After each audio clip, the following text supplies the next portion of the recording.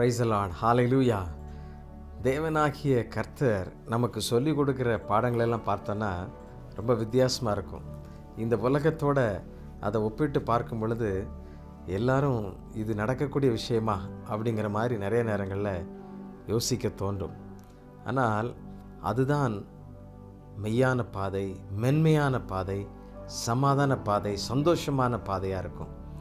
நீங்கள் ஒருத்தருக்கு ஒருத்தர் அடிச்சுக்கிட்டால் அதுக்கு விளக்கு தீர்த்து விட்டு அதுக்கு சமாதானம் பண்ணுறதுக்கு யாராவது இருந்தால் உண்டு. இல்லைன்னா என்ன நடக்கும்? வாழ்க்கையே முடிஞ்சு போகும் இல்லையா? விரோதம் பெருசாகி பெருசாகி கடைசியில் வாழ்க்கை முடிஞ்சு போகும். இதனால் யாருக்கு நன்மை உண்டு? யாருக்குமே நன்மை இல்லை. ரெண்டு பேருக்குமே அது காயம், ஆபத்து, பிரச்சனை, பாவம் இப்படி பெருகிரும். அதனால தான் ஆண்டவர் ரொம்ப அழகாய் ஒரு தெளிவான வார்த்தையை நமக்கு கற்றுக் கொடுக்கிறத பார்க்கிறோம். ரோமர் 12ஆம் அதிகாரம் 20ஆம் வசனம் நான் வாசிக்கிறேன். ரோமர் 12:20.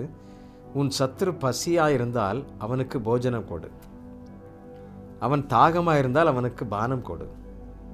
நீ இப்படி செய்வதனால் அக்கினி தழலை அவன் தலையின் மேல் குவிப்பாய் என்று சொல்லப்பட்டிருக்கு. நமக்கு விரோதமாக இருக்கிற எத்தனை மனிதர்கள் இருந்தாலும் அவங்களுக்கு நீங்கள் சாப்பாடு கொடுத்தீங்கன்னா, ஒரு டின்னர் டைனிங் வச்சிங்கன்னா, ஐயோ நான் இவனை இவ்வளவா பகைச்சேன், இவன் என் மேலே இவ்வளவு நேசம் வச்சிருக்கிறானே, இந்த உணர்வு நிச்சயமாய் கர்த்தர் உண்டாக்குவார். எந்த இதயத்தையும் கரைந்து போக செய்வது கர்த்தருக்கு முடியும். எனக்கு பிரியமானவர்கள், எவ்வளவு கடினமானாலும் இருக்கலாம், எல்லாம் திருந்தவே மாட்டான், உருப்படவே மாட்டான். இப்படி பலர் பல்வேறு விதங்களில் சொன்ன மனிதர்கள் எல்லாம் இன்றைக்கு பிரகாசிக்கிறார்கள். என்னுடைய வாழ்க்கையிலும் அப்படி அநேகர் என்னை பார்த்து சொன்னது உண்டு, இவன் உருப்படவே மாட்டான். ஆனால் என் தேவனை நான் சார்ந்து கொள்ளும் பொழுது, அல்லேலூயா, அவரோடு கூட நான் இணைந்து கொண்ட பின்பு வாழ்க்கையை ஆண்டவர் மாற்றினார். அந்த சமாதான உறவு எனக்குள்ள உண்டாயினும்.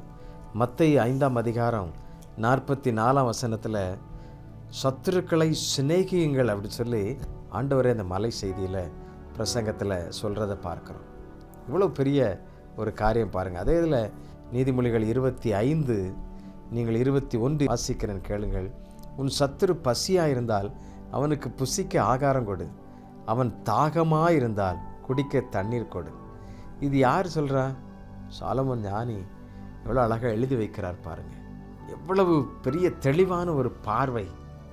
ஆம், எனக்கு அன்பானவர்களே, நம்மை நடத்துகிற கர்த்தர் நம்மை சரியாய் பலனாய் நடத்துவார்.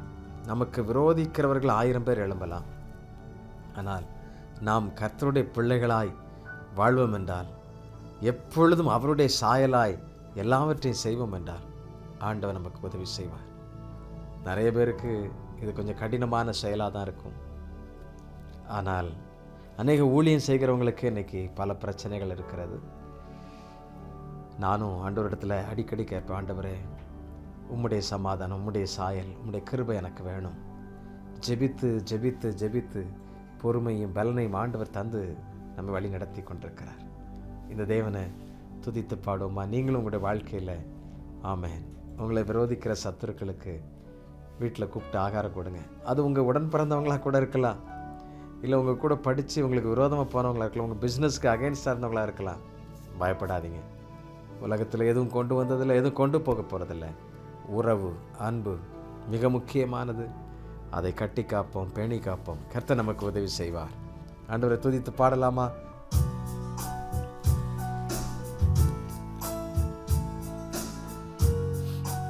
ஆராதனை நாயகர் அவர்தான்.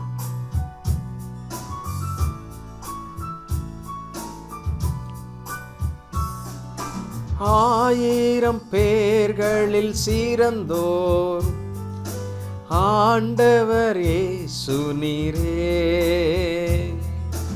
ஆயிரம் பேர்களில் சிறந்தோர் ஆண்டவர் இயேசு நீரே. விடி வெள்ளியே எந்தன் பிரியம் நீரே, என்றென்றும் தொழுதிடுவேன். விடிவெள்ளியே எந்தன் பிரியம் நீரே, என்றென்றும் தொழுதிடுவேன். ஆராதனை நாயகன் நீரே, ஆராதனை வேந்தனும் நீரே, ஆராதனை நாயகன் நீரே, ஆராதனை வேந்தனும் நீரே. ஆயுள் முடியும் வரை உம்மை தொழுதிடுவேன். ஆயுள் முடியும் வரை உம்மை தொழுதிடுவேன். ஆராதனை நாயகன் நீரே, ஆராதனை வேந்தனும் நீரே. எங்கள் அன்பின் ஆண்டவரே, நாங்கள் துதிக்கிறோம் அப்பா. சத்துரு ஆண்டவரே பசியாயிருந்தால் அவனுக்கு போஜனம் கொடுக்க எங்களுக்காய் ஆண்டவரே எங்களுக்கு நீர் போதித்திருக்கிறேன். உமக்கு நன்றி. அப்படிப்பட்ட கிருபைகளை தாரும். இது எங்களுடைய மாம்சத்தினால் இதெல்லாம் நிறைவேற்ற முடியாதுப்பா. தேவனே, உம்முடைய கிருபை எங்களுக்கு உண்டாகணும், உம்முடைய இரக்கம் எங்களுக்கு உண்டாகணும், உம்முடைய தயவு உண்டாகணும். உம்மை போல அந்த மனசு எங்களுக்கு வரணும்ப்பா. அதற்கு நீங்கள் உதவி செய்யுங்க. எங்கும் ஆண்டவரை விரோதங்கள் பெருகி கொண்டிருக்கிற அந்த நாட்களில், கலகங்கள் பெருகி கொண்டிருக்கிற அந்த நாட்களில், ஆண்டவரை எரிச்சலோடும் கோபத்தோடும் வாழ்ந்து கொண்டிருக்கிற அந்த நாட்களில் இப்படிப்பட்ட கிருபைகளை எங்களுக்கு தாரும், பலனை தாரும். அன்பாய், இன்னும் சாந்தமாய், இன்னும் தெய்வீக சுபாவமாய் நடக்க எங்களுக்கு உதவி செய்வீராக. கர்த்தர் எங்களை நீர் பொறுப்பெடுத்துக் கொள்ளும் அப்பா. எங்களுக்குள்ளாக நீர் வாழ்கிறீர் என்பதை நாங்கள் எப்பொழுதும் வெளிப்படுத்த கர்த்தர் உதவி செய்யும். எல்லா துதியும் கனமும் மகிமையும் புகழுமுக்கு தருகிறோம். உடைய பிள்ளைகள் ஒவ்வொருவரும் எடுக்கிற தீர்மானங்களில் உடைய பலன் உண்டாகி அவர்கள் நிறைவு செய்ய உதவி செய்யும். இயேசுவின் நாமத்திலே கேட்கிறோம் நல்ல பிதாவே. ஆமென், ஆமென். Thank you.